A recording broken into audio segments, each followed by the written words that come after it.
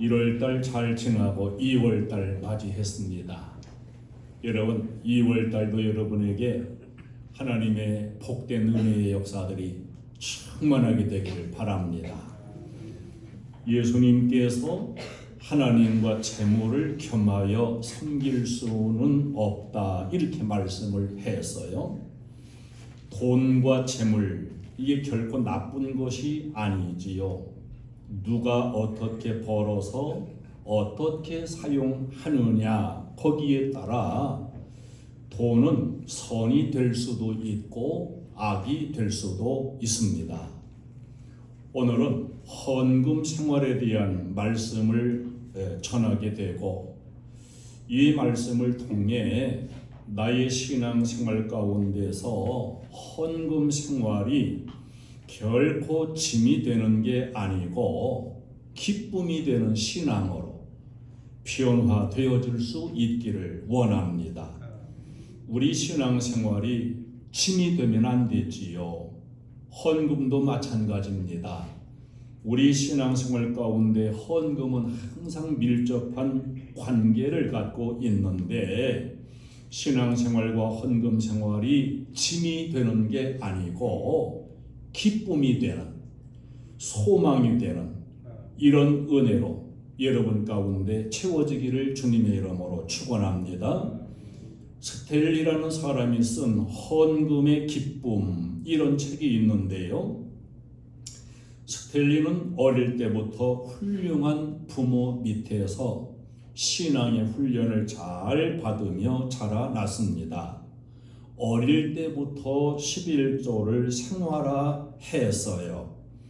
어머니가 깨끗한 돈 10개를 바꿔다가 용돈으로 주고, 그 용돈을 받을 때에 하나님 앞에 감사의 기도를 드리게 되고, 10개 중에서 먼저 하나님의 것 하나를 떼어놓고 나머지를 가지고 쓰는 법을 훈련받았습니다. 젊은 시절부터 사업을 했는데 사업이 점차 잘 되고 커지면서 소득이 많으니까 헌금의 액수도 자꾸 늘어나게 되었어요. 그런데 언젠가부터 마음속에 헌금 액수가 늘어날수록 헌금하는 기쁨은 없어지고 갈등이 생기기 시작한 거예요. 스텔리는 하나님의 축복으로 액수가 늘어났으면 감사해야 되는데도 불구하고 마음속에 갈등과 두려움이 있다는 것을 발견하면서 고민을 하게 됩니다. 과연 이 11조 생활과 헌금 생활을 이대로 계속 해야 되나, 마음의 고민이 쌓였어요. 그 고민 가운데서 헌금의 중요성에 대해서, 헌금의 중요한 가치에 대해서 다시 절실히 깨닫게 되고서 회복을 해요. 그리고서 헌금의 기쁨이란 책을 쓰게 됩니다. 스텔리는 헌금에 대한 열정이나 기쁨이 온전한 헌금 못지않게 중요하다, 이렇게 결론을 맺어주고 있어요. 저는 1년에 한 번 아니면 2번 11조와 헌금에 관한 설교를 합니다. 여러분이 오늘 설교를 통해서 바르게 깨닫고 은혜가 되어지고 헌금 생활이 기쁨이 되고, 그래서 복 있는 신앙생활을 이루어가는 그런 성도가 되시기를 주님의 이름으로 축원합니다. 목사는 성경대로 정확하게 진리를 전해야 돼요. 그래야 성도가 축복을 받는 신앙생활을 이루어갈 수가 있습니다. 예수님께서 쉽게 깨닫도록 비유로 많이 말씀하셨지요. 예수님 말씀하신 비유 가운데 비유가 37가지인데요. 그 37가지 가운데 무려 17가지의 비유가 재물에 대한 비유입니다. 그만큼 우리 신앙생활에는 재물과 깊은 연관을 갖고 있다는 사실입니다. 성경 연구가들은 성경의 물질에 관한 구절이 2084개로서 구원의 진리에 관한 말씀보다 무려 10배나 된다고 이렇게 말해요. 예수님께서 재물과 하나님을 겸하여 섬길 수 없다고 하신 이 말씀을 우리는 잘 깨닫고 음미해야 됩니다. 재물, 이 재물이 원어적으로 만몬이에요. 만몬이 무엇이냐? 돈 귀신입니다. 물질은 하나님의 자리까지 차지하는 그런 신적인 역할을 하는 것이 바로 돈이요 물질이라는 것을 알려주고 있습니다. 하나님과 만몬, 돈신을 함께 섬기는 것은 불가능한 일이에요. 성경은 우리에게 묻는 겁니다. 내 소속이 어디냐? 하나님이냐? 만몬, 돈이냐? 천국이냐? 이 세상이냐? 이것을 하나님은 우리에게 물질을 통해서 물으시는 거예요. 저는 신앙생활 시작하고 목회하면서 지금까지 헌금 생활을 열심히 하려고 노력을 했고 또 헌금을 드릴 때마다 기쁘게 헌금을 드렸습니다. 축복의 씨로 믿으며 심었습니다. 자녀를 위해서도 많이 심으려고 노력을 했습니다. 여러분, 헌금의 기쁨을 맛보면서 신앙생활할 수 있는 헌금 생활이 결코 짐이 되는 게 아니라 기쁨이 되는 이런 신앙생활 되어지기를 주님의 이름으로 축원합니다. 오늘 본문에 보면 11조는 하나님께로 돌이키는 길이라고 말씀을 해요. 이 본문은 바벨론 포로에서 돌아온 이스라엘 백성들이 어렵게 성전을 건축했습니다. 성전 건축만 끝나면 자동적으로 하늘의 축복이 임할 것이라는 생각을 가지고 있었어요. 그러다 보니까 예배 생활이 게을러지고 감사 생활도 게을러지게 되었습니다. 하나님을 섬기는 일도 소홀히 하게 되고 말아요. 그래서 말라기 1장에 하나님을 바르게 섬기지 않는 이스라엘 백성들을 향해서 하나님께서 책망하시는 말씀들이 1장에 나옵니다. 하나님을 섬긴다고 해도 눈먼 것, 병든 것 가지고 나와가지고 너희들이 예배하려고 하느냐? 정성 없는 신앙생활, 정성 없는 헌금 생활에 대해서 책망하시는 게 나와요. 말라기 2장으로 가면 정치 지도자들 얼굴에, 종교 지도자들, 제사장들 얼굴에 내가 똥칠을 하겠다 이렇게 선언하십니다. 왜 그러냐? 하나님을 너무 업수히 여기기 때문이었습니다. 오늘 7절에서 축복의 삶을 회복하기 위하여 내게로 돌아오라 이렇게 말씀해요. 오늘도 하나님은 똑같이 우리들에게 말씀하십니다. 축복의 삶을 살아가고 회복하기 위하여 하나님께로 돌아오라. 하나님과의 관계를 회복하라. 이렇게 하나님이 부르시는 줄을 믿으시기 바랍니다. 이스라엘 백성들이 질문해요. 우리가 어떻게 하나님께 돌아가야 합니까? 오늘 8절에서 사람이 어찌 하나님의 것을 도둑질하겠느냐? 너희가 도둑질하고 나에게서 떠나갔는데 그건 바로 11조와 봉헌물을 너희들이 떼어먹었다는 거예요. 자, 이스라엘 백성들이 하나님 앞뒤가 안 맞잖아요. 백성들아 회개하라 돌아오라 해놓고 왜 돈 얘기 11조 얘기를 하십니까? 여러분 이걸 잘 깨달아야 됩니다. 돈 회개가 가장 기초적이며 마지막 회개인 걸 알아야 돼요. 돈 회개가 안 되면 다른 회개도 못합니다. 돈 회개가 결국은 마지막 회개이고 마지막 결단임을 우리가 알아야 됩니다. 자, 도둑질했다. 이 말씀 속에는 너의 주인이 누구냐 하는 거예요. 내 시간의 주인이 누군지 아느냐?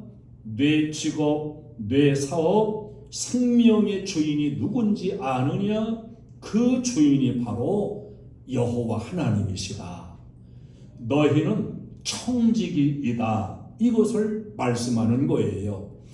모든 것이 주인이 하나님이시고 나는 그걸 맡아 관리하는 청지기임을 분명히 선언하는 징표가 우리에게 있어야 되는데 그 징표가 바로 11조라고 하는 겁니다. 그것을 인정하라는 거예요. 이 고백과 선언 없이 하나님을 진정한 주인으로 모실 수는 없는 것입니다. 이 11조는 선악과와도 같다는 걸 알아야 됩니다. 사람들이 선악과가 저주의 나무라고 생각을 하거든요. 아닙니다. 이 선악과를 따먹었기 때문에 저주의 나무가 된 것이지 선악과는 축복의 나무였어요. 선악과는 하나님의 말씀, 메시지를 가진 말씀을 가진 나무이고 열매입니다. 다른 것은 아무리 따먹어도 괜찮아요. 그런데 선악과는 말씀을 가진 나무이기 때문에 따먹으면 죽는다고 하나님께서 선언을 하신 겁니다. 메이플라워 호를 타고 아메리카 대륙을 향해 가던 청교도들이 오랜 그 항해의 고난 가운데서 오랜 시간이 걸리고 마지막에는 양식이 떨어지고 사랑하는 자식이 굶어 죽어가는 그런 가운데까지 처하게 됐는데요. 이렇게 굶어 죽어가는 이런 가운데에서도 그들이 싣고 가던 종자는 먹이지 않았다고 전해지고 있습니다. 종자를 없애지 않았다는 거예요. 왜 그럴까요? 종자를 그 자녀들에게 먹이면 다 죽는 겁니다. 대륙에 도착을 해도 씨가 있어야 씨를 심어서 열매를 거두어서 살지요. 그런데 이 종자를 그냥 먹여버리면 살 길이 없는 거예요. 씨가 없는데 어떻게 뿌려서 열매를 거두겠습니까? 이 종자 씨만큼은 소중히 지켜야 하는 것입니다. 여러분, 축복의 씨, 축복의 종자가 뭐냐?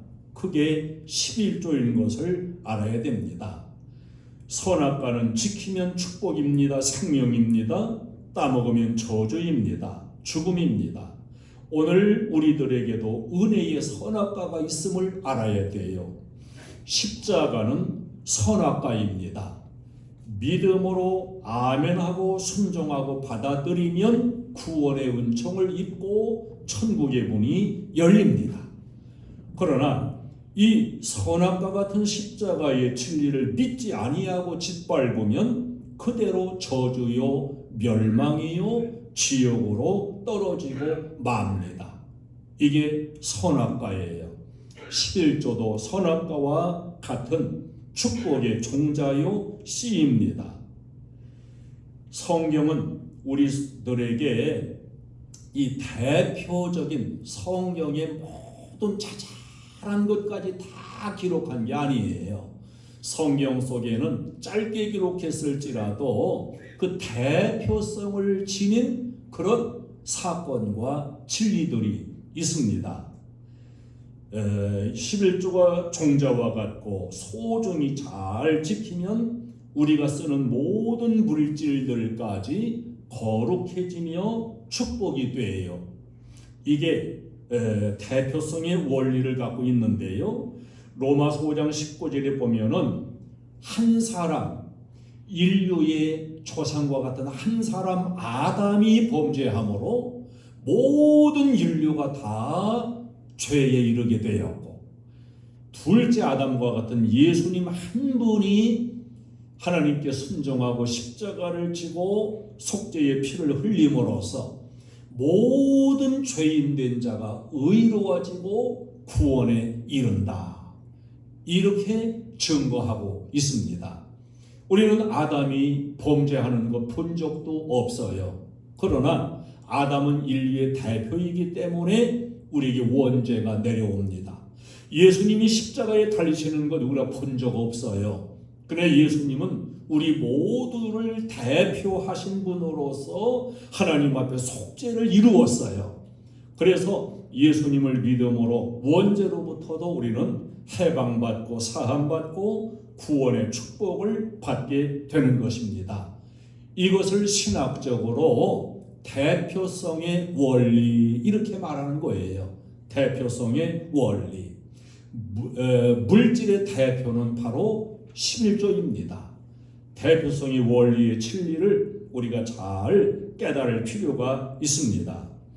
하나님은 11조를 드리는 방법까지도 구체적으로 10절에서 말씀하고 있지요. 11조는 온전하게 드려야 된다는 걸 말씀합니다. 11조를 가지고 절대로 타협을 하면 안 돼요. 내가 얼마를 드릴까 결정하는 게 아닙니다. 하나님이 주신 그대로 많든 적든지 간에 열 중에 하나를 드리는 것이 11조입니다.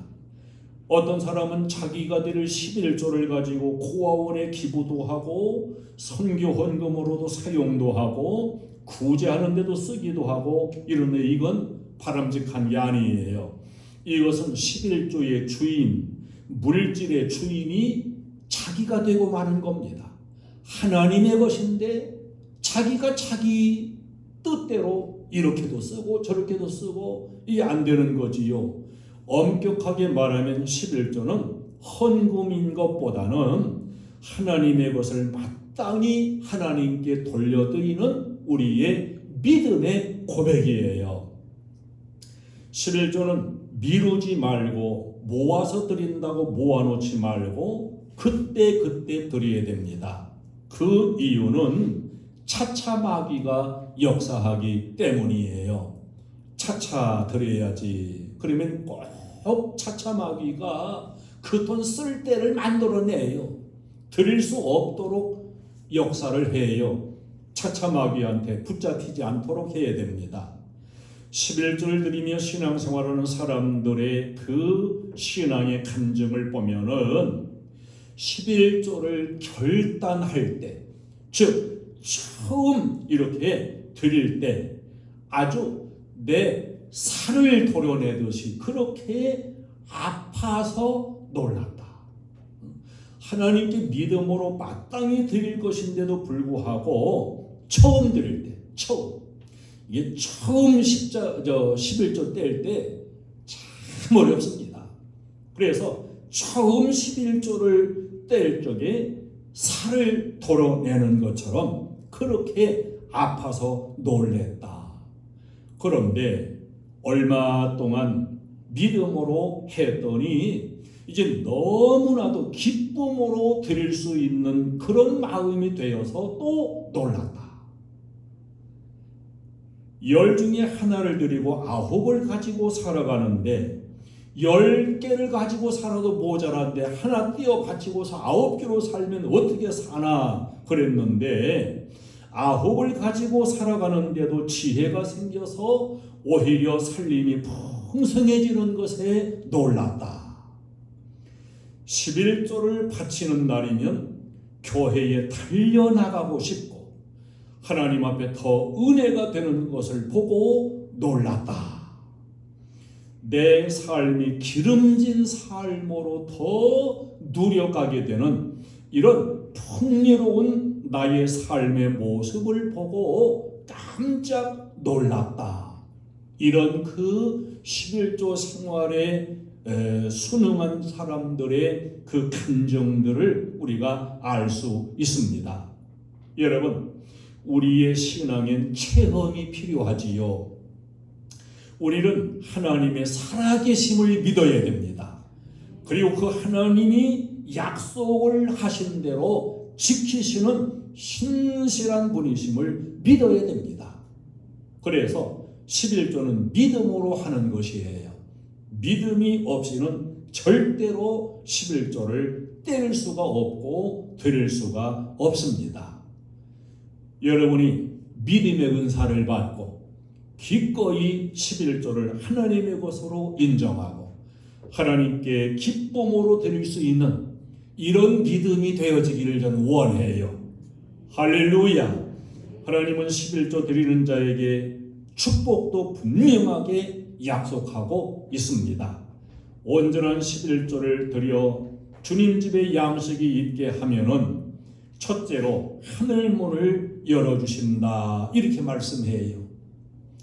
하나님께서 열어주셔야, 사업도 축복의 문으로 열어주셔야 축복의 문이 열리는 것이고, 직장도 마찬가지요, 학업도 마찬가지요. 하나님께서 잘 되는 길, 형통한 길, 축복의 문을 열어주셔야 됩니다. 하늘 문이 열리면 이 땅의 모든 문도 열린다는 걸 믿어야 됩니다. 하늘 문이 여러분 앞에 열려지는 이런 축복이 있기를 바랍니다. 두 번째, 메뚜기가 금해지게 하신다고 말씀을 했어요. 농사를 지었으면 그 열매를 자기가 먹는 게 복이 아니겠어요? 그런데 메뚜기가 날라와서 다 뜯어 먹으면 농사는 지었는데 자기가 먹을 게 없어요.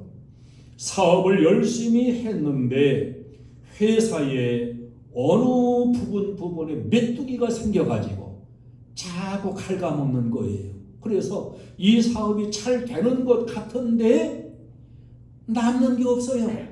다 없어지는 거예요. 왜? 메뚜기가 갉아먹으니까. 저 산에 가서 사는 사람들 되게 이렇게 보면은 사업도 크게 하고 사업도 잘 됐다는 거야. 근데 이게 하루아침에 그냥 친구가 사기쳐서 다 날아가 버린 경우도 있고, 하루아침에 알거지가 되는, 메뚜기가 이렇게 갉아먹으면 앞으로 잘 되는 것 같아요. 근데 매일 허덕여. 왜? 메뚜기가 갉아먹으니까. 갉아먹어서 남는 게 없는 거예요. 결혼할 때는 다 행복하기 위해서 결혼하지요. 그런데 애정생활에 메뚜기가 생기면 가정이 자꾸 파탄에 이르게 됩니다.